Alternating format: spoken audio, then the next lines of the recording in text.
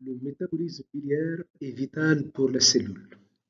Dans cette présentation, on va souligner les aspects physiologiques et pathologiques de ce métabolisme.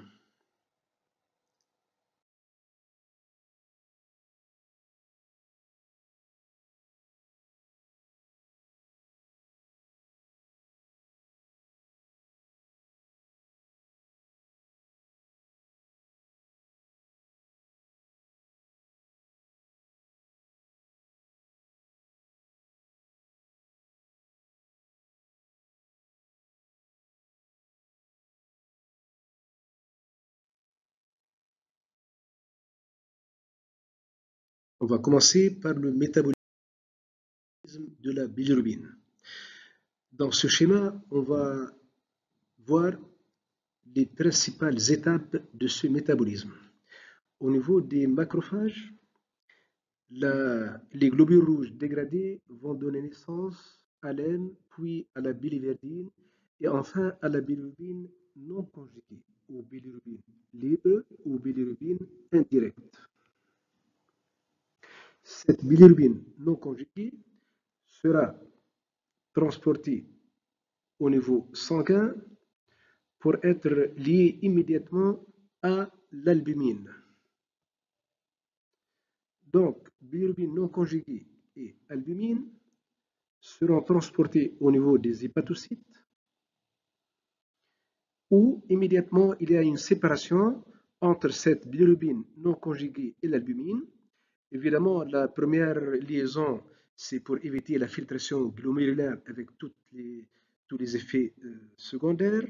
Et par la suite, cette séparation entre bilirubine non conjuguée et albumine va donner naissance à une autre liaison, c'est la bilirubine non conjuguée et le glutathion. Ce glutathion va servir à la conjugaison de cette bilirubine par le biais d'une réaction chimique catalysée par une enzyme qui s'appelle uridine diphosphate glucuronoconjugase ou transférase, qui va donner naissance à la bilirubine conjuguée. Le produit final est intéressant de ce métabolisme, qui sera exporté au niveau des canalicule biliaires et essentiellement au niveau du pôle biliaire de l'hépatocyte. À rappeler que ce schéma, c'est un modèle 3D de l'hépatocyte où on voit le pôle biliaire dans cette zone et le pôle vasculaire dans cette zone.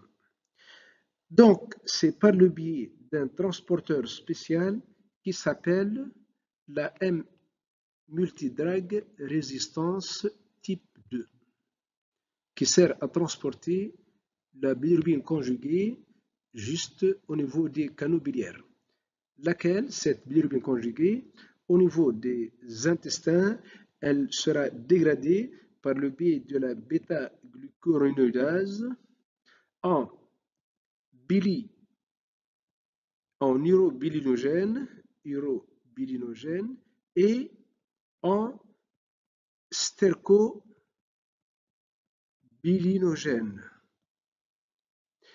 L'urobilinogène, elle est hydrosoluble et sera donc dirigée au niveau des reins par le biais de la circulation sanguine pour être éliminée.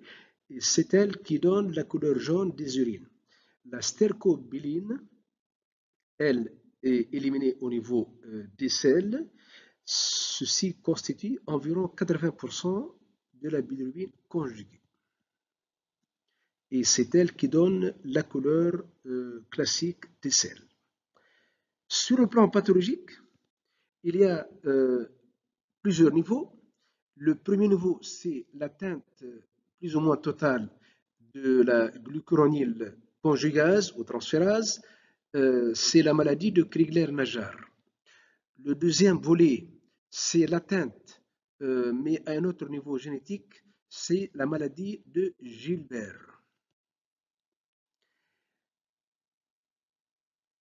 Aussi, il y a des atteintes acquises de la lipase du lait maternel qui va donner naissance à ce qu'on appelle l'ictère au lait de mer, et aussi le sepsis par altération de cette conjugaison et aussi altération des microtubules qui peut donner naissance à une cholestase infectieuse. Un autre niveau, pour compléter le cycle entéro-hépatique, cette bilirubine conjuguée, elle est réabsorbée par des transporteurs spécifiques. C'est l'organique anion transport protéine qui va donc récupérer au niveau de l'hépatocyte. Bilirubine conjuguée. Il y a un autre niveau donc d'atteinte, c'est le niveau, ce qu'on appelle la maladie de Rotor.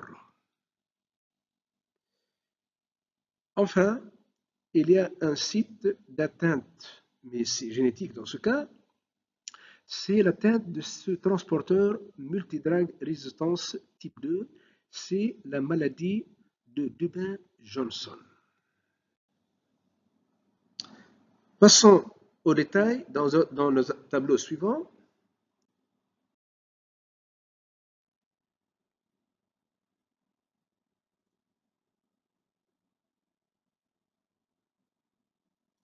Voilà.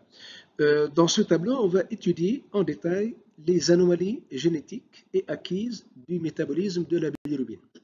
Il y a donc ces 4 maladies génétiques, le Crigler-Najjar, la maladie de Gilbert, la maladie de Dubin-Johnson et la maladie de Rotor.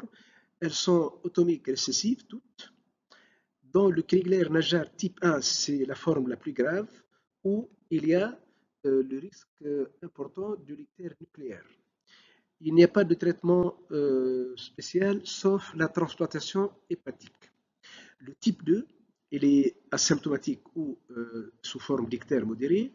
Il est très sensible au phénobarbital qui constitue le traitement de choix. Dans ce cas, l'atteinte de l'enzyme glucuronotransférase, elle est partielle. Dans la maladie de Gilbert et de Dubin-Johnson et de Rotor, les ictères sont modérés ou plus ou moins intermittents et le pronostic est généralement favorable. Pour l'ictère de lait de mer, il est dû à une lipase qui inhibe la glucuronoconjugase. Le sepsis est que cet ictère, plutôt de lait de mer, il est favorable au bout de 12 semaines. Mais il faut être prudent que tout ictère qui dépasse 14 jours sans preuve doit être exploré. L'ictère par sepsis, le pronostic dépend de la gravité de l'infection. De toute façon, chez un nouveau-né ou un jeune nourrisson avec un ictère qui persiste, parmi les éléments du bilan, c'est la demande de l'examen cytobactérieux des urines. Voilà. Deuxième volet, le métabolisme des acides biliaires.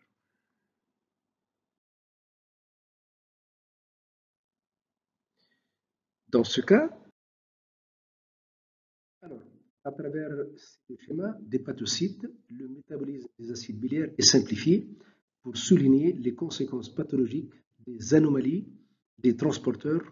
Alors, dans ce cas, on sait que la bile est composée de 3 éléments différents. Essentiels. On a les aminophospholipide, phosphatidyles. Il y a les acides biliaires et il y a les phospholipides. Les aminophosphatidylles sont transportés par un transporteur spécifique, c'est l'ATP 8B1. Les acides biliaires sont synthétisés à partir du cholestérol pour donner les acides biliaires primaires et secondaires, transportés par le biais d'un transporteur spécifique, c'est la bile salt export protéine. Les phospholipides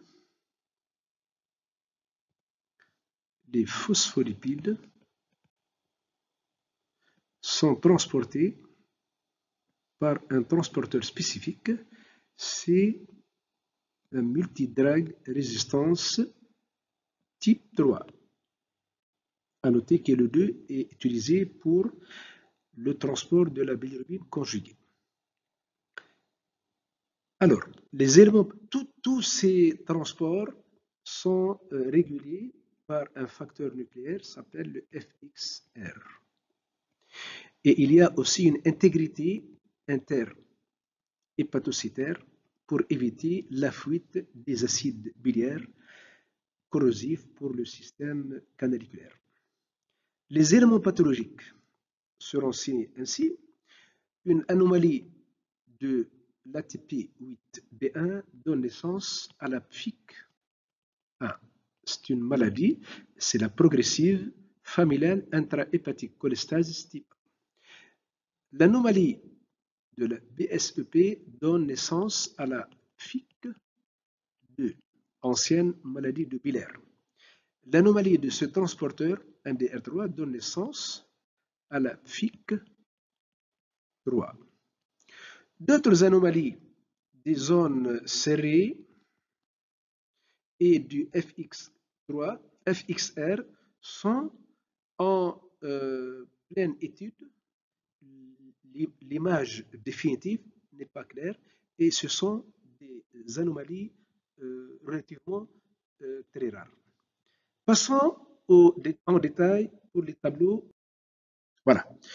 Donc, les trois types de PFIC, on va insister sur les éléments notables. La PFIC1, c'est trois phénotypes.